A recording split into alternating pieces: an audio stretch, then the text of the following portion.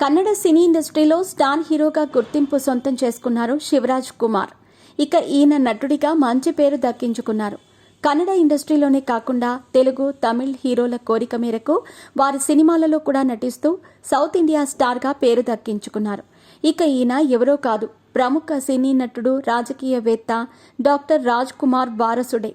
62 శివరాజ్ కుమార్ చెన్నైలో పుట్టి పెరిగారు.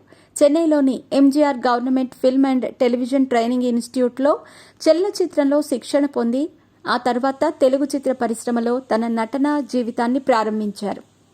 ఇటీవల జైలర్ చిత్రంలో రజనీకాంత్ స్నేహితుడిగా నరసింహగా నటించి భారీ పాపులారిటీ అందుకున్న ఈయన ధనుష్ నటించిన కెప్టెన్ మిల్లర్లో కూడా కీలక పాత్ర పోషించారు. అలాగే దళపతి 69 సినిమాలో కూడా శివరాజ్ కుమార్ నటిస్తున్నట్టు వార్తలు వినిపిస్తున్నాయి. అలాగే గతంలో బాలకృష్ణ నటించిన గౌతమిపుత్ర శాతకర్ణి సినిమాలో కూడా గెస్ట్ అపియరెన్స్ ఇచ్చారు.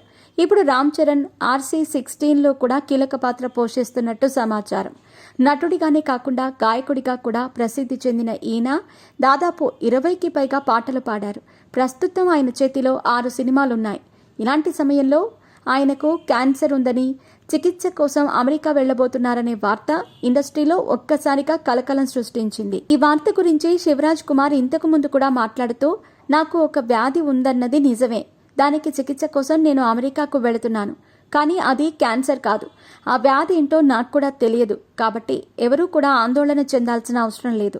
ఖచ్చితంగా నేను ఆరోగ్యంగా తిరిగి వస్తాను అని తెలిపారు.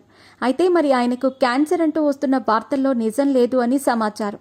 ఇకపోతే చికిత్స కోసం అమెరికా వెళుతున్న నేపథ్యంలో ఆయన నటించాల్సిన చిత్రాల నుంచి కూడా తాజాగా తప్పుకున్నట్టు తెలుస్తోంది.